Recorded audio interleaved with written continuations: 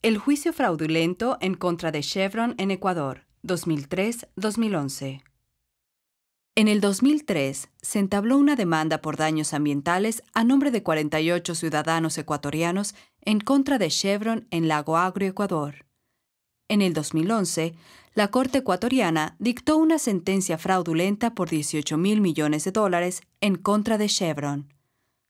La demanda se centró en la participación de Texaco Petroleum Company, Texpet, en un consorcio de explotación petrolera con el monopolio estatal ecuatoriano, Petroecuador. El consorcio terminó en el 1992. Sin embargo, se planteó la demanda después de que Texpet ya había cumplido sus obligaciones en cuanto a limpieza y había sido eximida de cualquier reclamo ambiental en el 1998.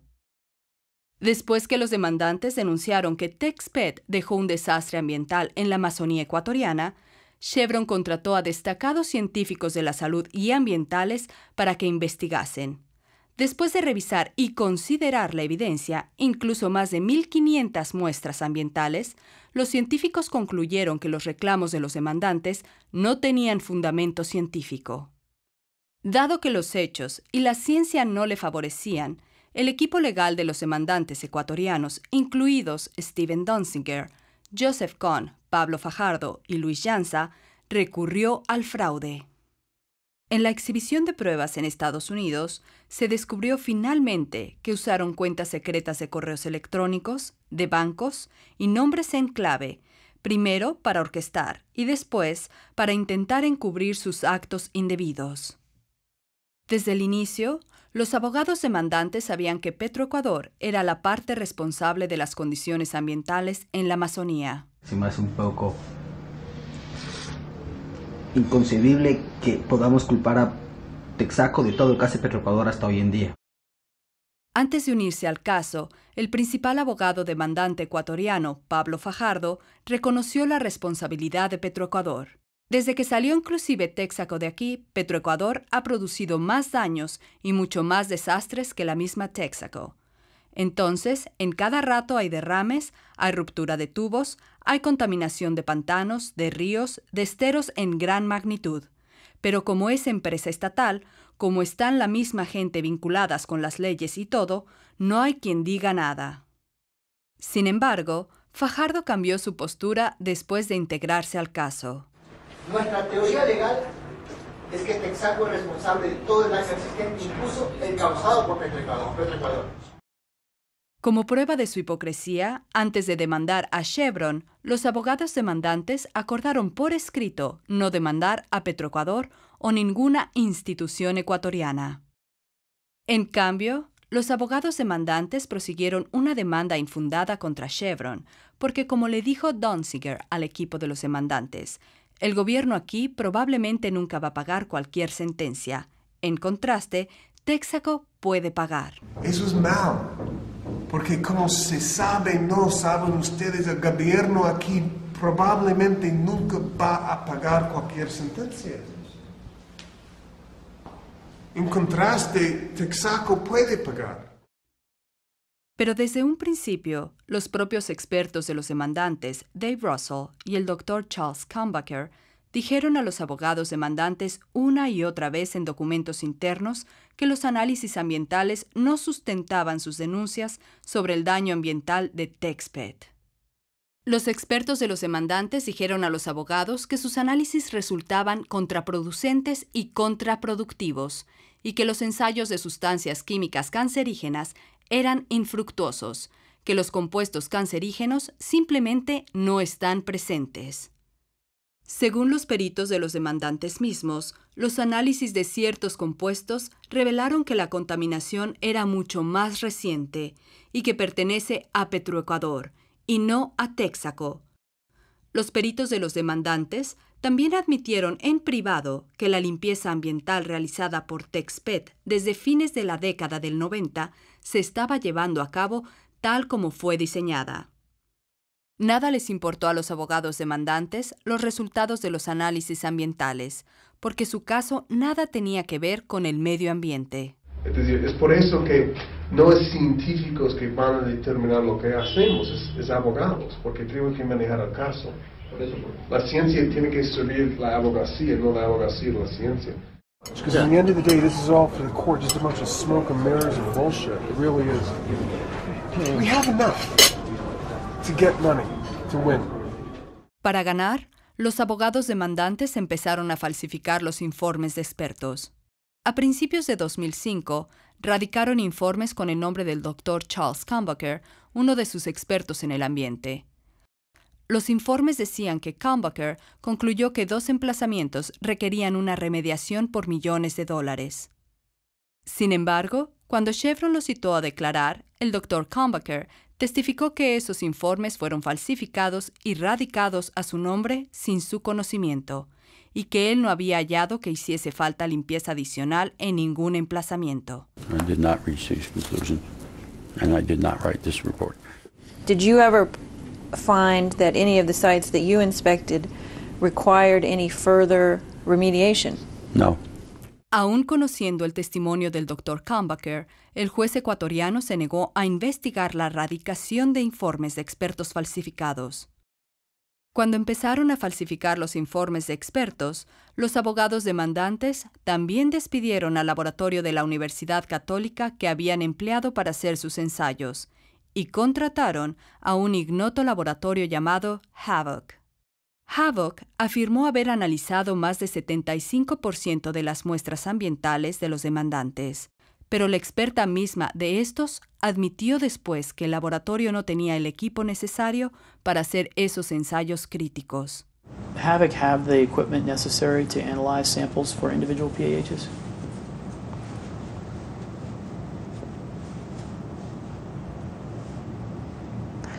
I don't believe they did. El laboratorio tampoco estaba acreditado para hacer esos ensayos. Los resultados de Havoc, radicados en la Corte ecuatoriana, fueron falsificados.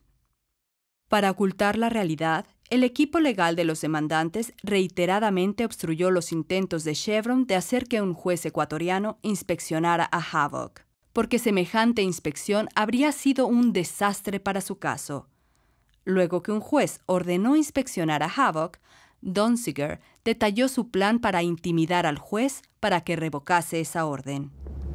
And the only language that I believe this judge is going to understand is one of pressure, intimidation, and humiliation. And that's what we're doing today. We're going to let him know what time it is. Chevron demostró que ninguno de los datos analizados por Havoc pueden considerarse datos válidos legalmente justificables. Pero una vez más, el juez ecuatoriano no hizo nada. Jamás se ha investigado que los abogados demandantes hayan radicado los resultados de centenares de resultados de ensayos falsificados e inválidos de Havoc. Al contrario, la sentencia por $18,000 millones se basa en datos inválidos de Havoc. Una vez concluida la inspección de los primeros 45 emplazamientos, los peritos dirimentes independientes emitieron su primer informe sobre un sitio específico para resolver disputas entre los expertos de Chevron y de los demandantes. En su informe, los peritos dirimentes rechazaron las denuncias de contaminación de los demandantes. Concluyeron que en Sacha 53 el riesgo a la salud humana es bajo y que las piscinas remediadas por TexPet solo contenían contaminantes por debajo de los límites permisibles. Conscientes de que perderían su causa fraudulenta en caso de emitirse los informes periciales independientes para cada emplazamiento, los abogados demandantes urdieron un plan para sustituir esas inspecciones independientes con un denominado peritaje global, hecha por un solo perito ecuatoriano. Pero el juez Germán Llanes, que presidía la causa en esa época, rechazó el intento de los demandantes de poner fin a las inspecciones y les informó que no había fundamento legal para poner fin a las inspecciones de emplazamientos. Por eso, Steven Donziger declaró una guerra total contra el juez para hacer que sea separado del cargo. Esa guerra contra el juez Llanes fue parte del plan de los demandantes para sacar provecho de la muy reconocida corrupción de la judicatura ecuatoriana.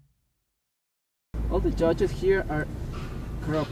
They're all corrupt. It's their birthright to be corrupt. Why? Because they get paid so little. You know, it's the culture. It's disgusting. La Guagua vamos a ganar. No va a haber ningún juez que se anime a dictar sentencia. No, olvídate, le matan.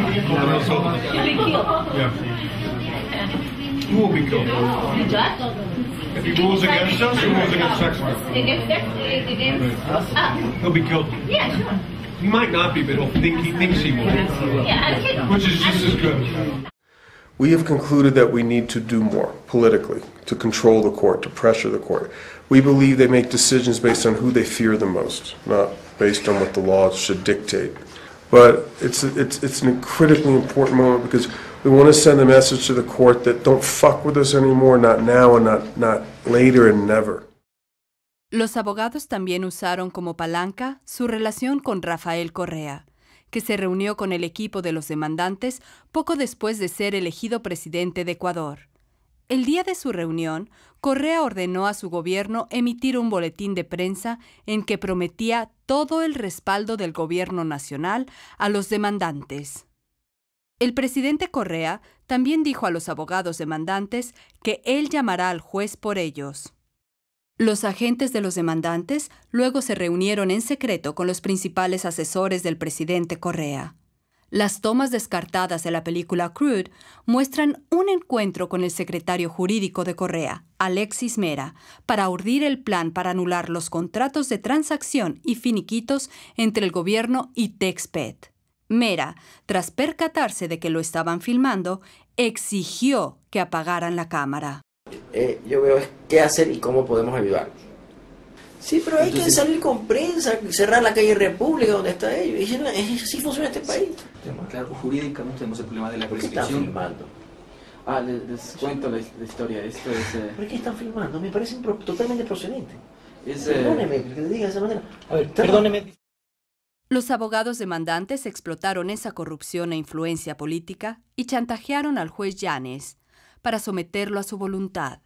Se reunieron con el juez en privado más de una decena de veces, en restaurantes, hoteles e incluso la residencia de Yanes. Donziger reportó internamente que la coacción de los demandantes había tenido éxito. El juez cancelaría las inspecciones e iniciaría el peritaje global. Después de haber chantajeado al juez Yanes para que cancelase casi todas las inspecciones restantes, los demandantes implementaron el resto de su ardid de contratar en secreto a un perito para jugar completamente con ellos y permitirles el liderazgo, al mismo tiempo que proyecta la imagen de que está trabajando para la corte. Donziger quería específicamente que alguien estuviese preparado para abofetear a Chevron con una sentencia multimillonaria. Pronto hallarían a ese secuaz.